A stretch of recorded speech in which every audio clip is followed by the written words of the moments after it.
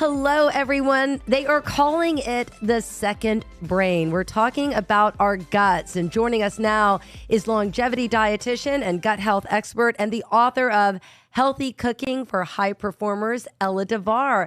Ella, welcome to Bloom Health Club. Thank you for having me, Gail.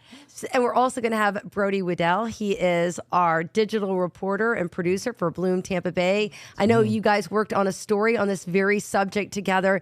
This is a really interesting one because, Ella, I don't think a lot of people realize that so much of our health is directed by our guts. Yeah, so you are what you eat. You've probably heard this oversimplified statement before, and it's actually true. But there's a lot of processes that go on underneath our skin and inside our bodies from the moment we take a bite of our deliciously favored cake or whatever that is that we're eating. And then when we swallow it, and then it hits our stomach. And from there, it gets into our intestines where it sits for 18 to 24 hours. And guess what happens to it? At this point, it's not a cake, it's a chime. And it has the potential to contribute to the overall gut microbiome, everything that's going on inside of our gut. And with that, it has the potential to make us feel a certain way because our gut microbiome is responsible for breaking the nutrients down, for absorbing, doing a good job at it without you ever thinking about it, absorbing all the nutrients and creating those neurotransmitters, hormones, nutrients, and molecules that affect our well-being. Yeah, I mean, even our immune systems are linked to our gut. So if you're like chronically sick, you might have issues going on with your gut health. And I think what's so interesting is your backstory. You didn't start off as a dietitian. I know that you've been doing this many, many years with a specialty in gut health, and you're out with a book for high performers, people like yourself that are busy and out there. But you became sick, and this became your passion. Yes, and I tried every diet. I thought, it's someone else knows more than I do myself. So I used to be vegan at some point. I tried Ayurvedic diets, macrobiotic diets, all these trendy names, keto and Ayurvedic, and none of them helped me until I started really to pay attention to myself and to start drawing wisdom and knowledge from inside, from how my body's feeling, based on my unique bioindividuality, how my body responds to certain foods and how it's doing without other foods. And with that, I actually changed my whole career. I've only been a dietitian for 10 years. And before that, I had a career on Wall Street. And, I became a dietitian to solve my own health issues. Because when I was doing all those dieting and exercising, no matter what I was doing, I still felt bloated. I still felt, that I was not able to lose weight the way I wanted. So, for me, becoming a dietitian was to solve my own health issues. And with that, I was able, to help so many other people who were struggling with the same things. Yeah, people don't realize how much of your health is linked to your gut. I've shared this with you, and I've shared it with our Bloom Health Club listeners and viewers so many times that I was dealing with really severe thyroid issues. I was losing my hair. I couldn't lose weight. I could be at the gym every day of the week and not shed a pound. And I was on a prescription medication. They just kept upping it. Nothing was helping me.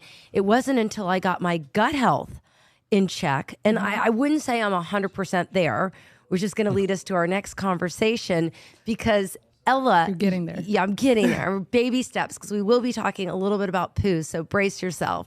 But, you don't treat each client the same. Like, you really want to know what's going on and what you're dealing with before you come up with an eating plan. Yeah. So, the first consultation is always I go over the eating plan, which is anti-inflammatory diet that I believe everyone should know about and should be able to incorporate into their daily lifestyle, even with their food preferences or busy lifestyle, even if they don't cook.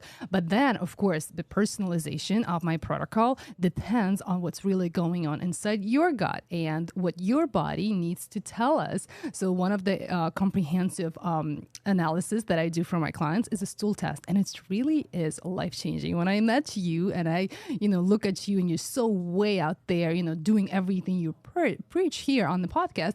And when you said you've never done a stool test, I was like, I know it's going to change your life. It's going to change your relationship with your gut, with your digestion, and bring more mindfulness into it and more specific approach to the way you treat it. So, when it comes to supplements, it really matters why you're taking them and what your body needs or what it doesn't need. And without testing what's going on inside your digestive health, you can't ever tell. Well, I was on YouTube just last night because I'm like, okay, I got the kit in the mail. I got on Ella hooked me up with the company. They drop ship a kit. I'm like, oh, okay. I have to be 14 days with no probiotics. And I'm like, that's cool. So then I'm like, and then I start digging deeper. I'm like, no probiotics, getting ready to take it. They're like, no laxatives. And I'm like, oh, well, I was taking I got a little stopped up. I took a little laxative. I know this is too much information, Brody, but you're going to have to work with me on it. All kinds of stuff. So I'm like, all these things that you can't do. And so, okay, finally my system is clear. I've got all the things that you're supposed to have out of your system, out of my system. And then I come down with a little cold. And as I'm watching this YouTube guy talking through how to take the stool test, and no, he did not really do stool, but he just was kind of walking you through the kit. He's like, no acetaminophen. And I had just taken Tylenol. And so I'm like, So I have I think probably a few more days before I take it. Mm-hmm. It is a process, and you're only having me do the 1-day kit. Yes. Some people have to do this for 3 days. 3 days. Fortunately, Ella's cutting me some slack, and I'm going to do the 1-day kit. And what will you be able to learn about me? Because truth be told, I eat super clean. I am not a heavy drinker. I exercise all the time. I'm super hydrated, but I still have all these stomach issues. I mean, not a ton, but some. That's what we're going to analyze. So there's 5 different factors that create optimal gut health. Number 1 is microbiome. We talked about it earlier on the show, and microbiome is a total makeup of bacteria. And guess what? You'll have multiple pages on your bacteria, and we'll see which one you don't have enough of, which one you have too much of, and that could be the issue. Why are you feeling a certain way? And some people experience different symptoms, whether it's diarrhea, constipation, or feeling bloated. That could be dependent on that. And with that, we're creating a protocol on how to treat it. Maybe there's a certain probiotic strain that you need, or maybe you need to stop certain probiotic because that could be the reason why you feel bloated, because you have an overgrowth of bacteria. And that's just one aspect when we're testing for the actual microbial makeup, which is called microbiome. And when there's an imbalance of microbiome, it's called dysbiosis.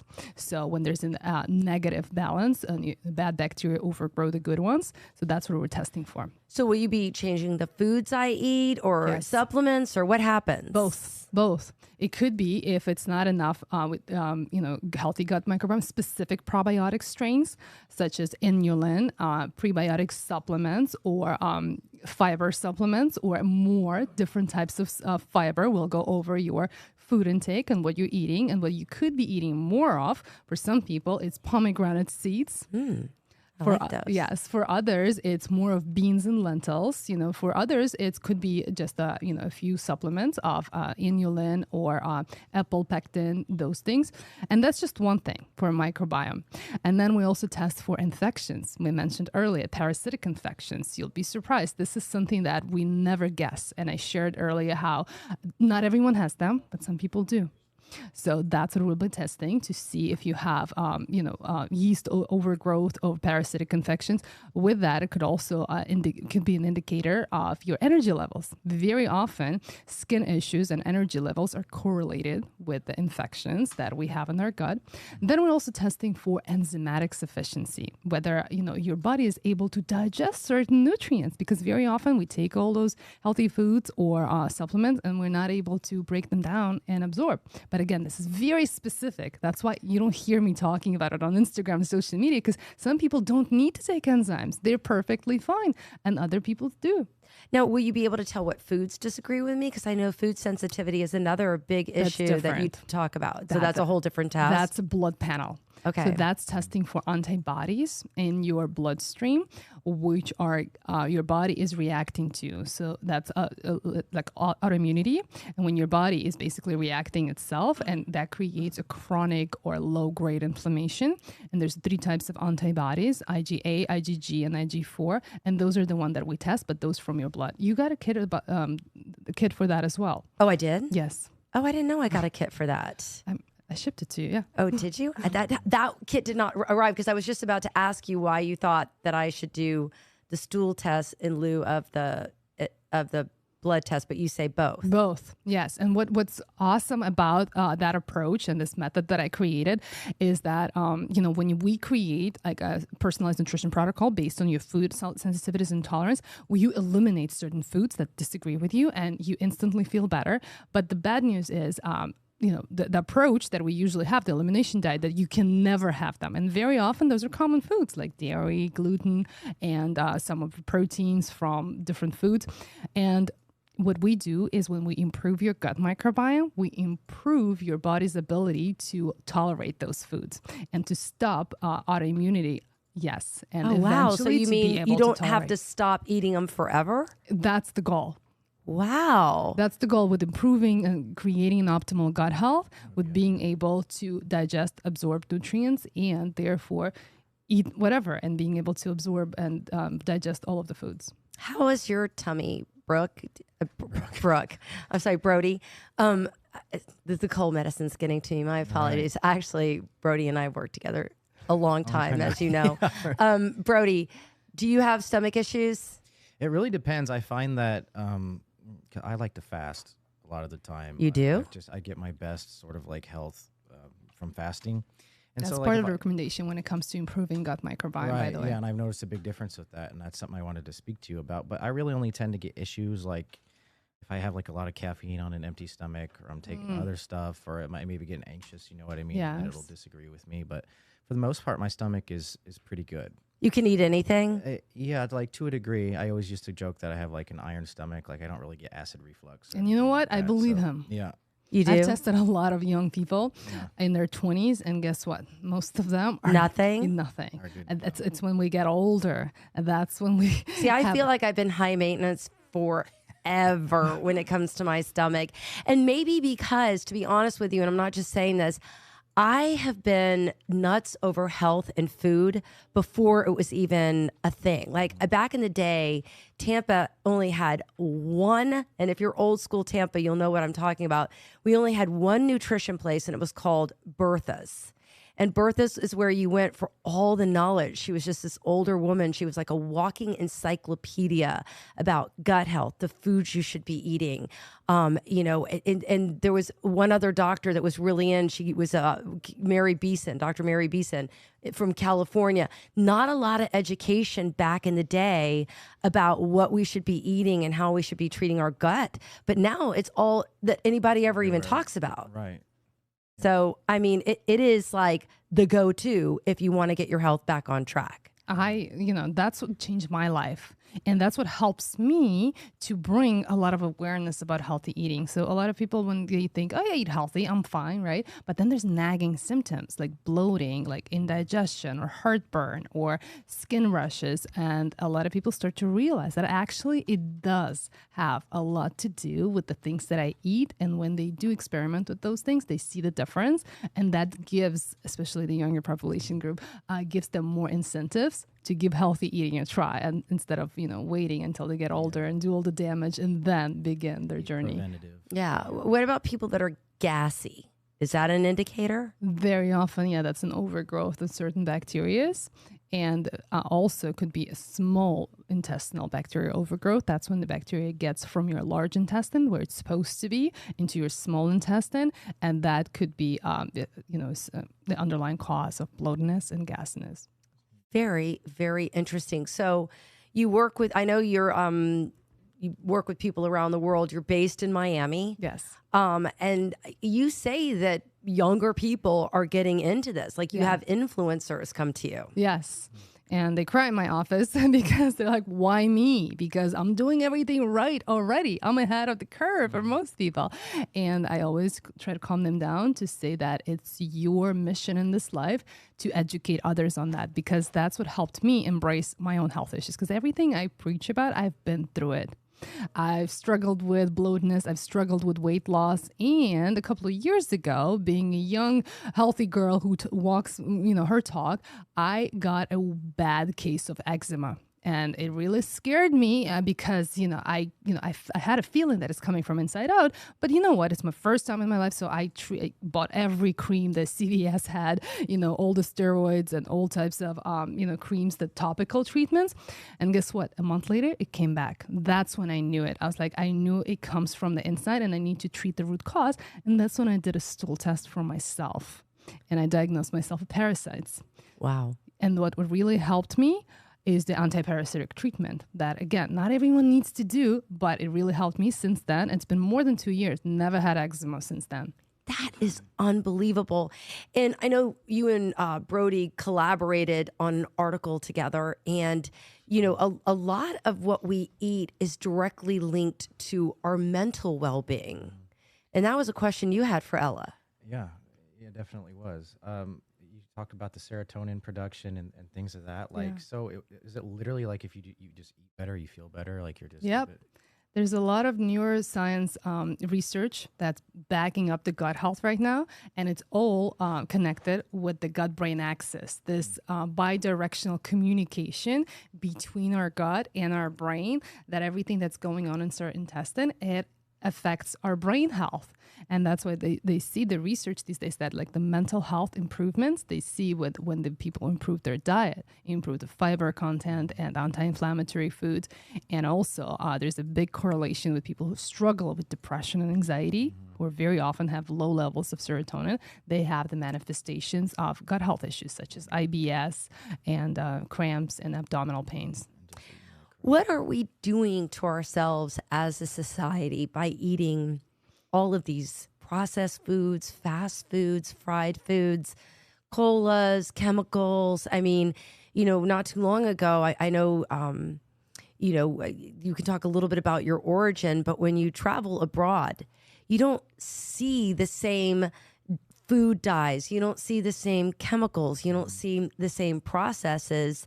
And you don't see people as sick or, quite frankly, as obese. Mm-hmm.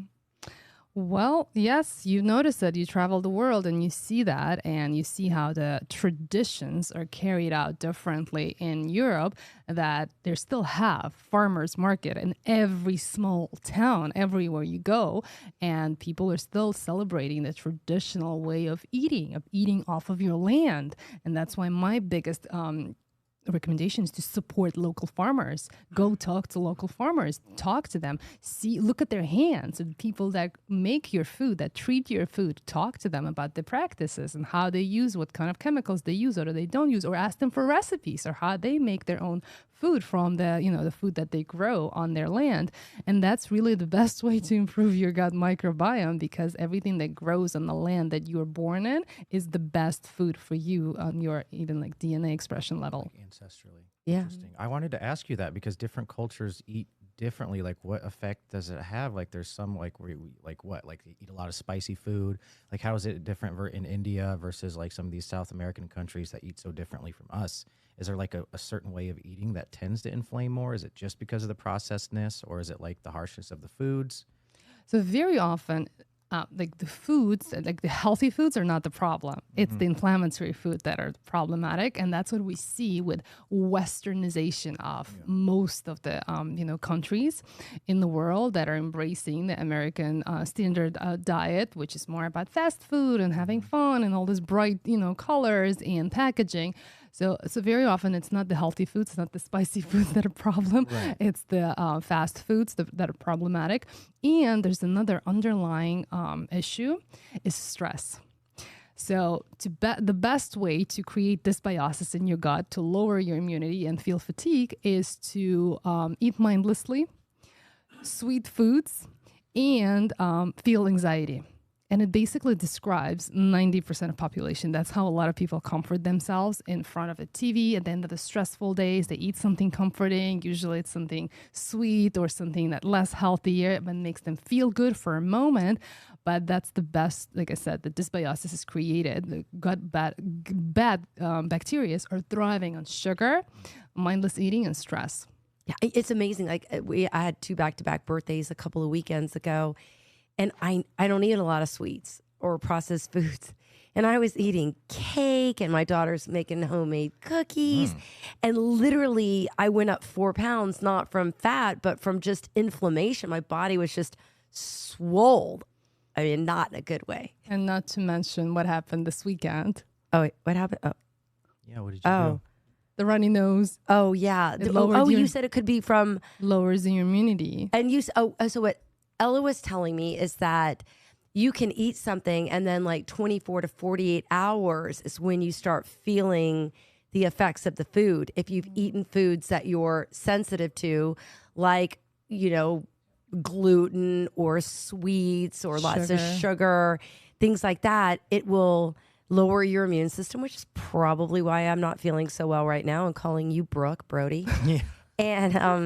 And yeah, you're right. It's like, it's amazing the direct impact that food has. But I do want to say something about, look, birthdays happen, and I love a good cake sometimes too. I overdid it. But here's my, you know what, in the next day in the morning, I with kindness to my body, I create more balance, and I actually chop up a breakfast salad. Really? Yes, with radishes, kale, apple cider vinegar, eggs. I add eggs into my salad, and that's how I create balance. As soon as I overindulge the night before, the next morning, it's a microbiome supporting breakfast salad that's becoming popular on social media because I try to post it. So you're saying, like, you don't want to go overboard all the time, but if you do, give yourself some grace and self-correct. Exactly. Interesting. I try to fast it away. I find Oh, just yeah. skip it, That's one just let way. it go. Let's talk about fasting. Or if I've been really, really bad, I'll just skip a day entirely. Like it sucks sometimes. You get cold, maybe you get a little hungry, but once you're used to it, and then it's like, wow, it's almost like a reset. I love fasting. You do? I do. I highly recommend intermittent fasting. But again, it has to be personalized. A lot of people, including myself, I can't fast for too long. My body views that as a stress, and I could get even worse from that. Sometimes I get cold sores, and some people get jittery hands, like their blood sugar drops very low.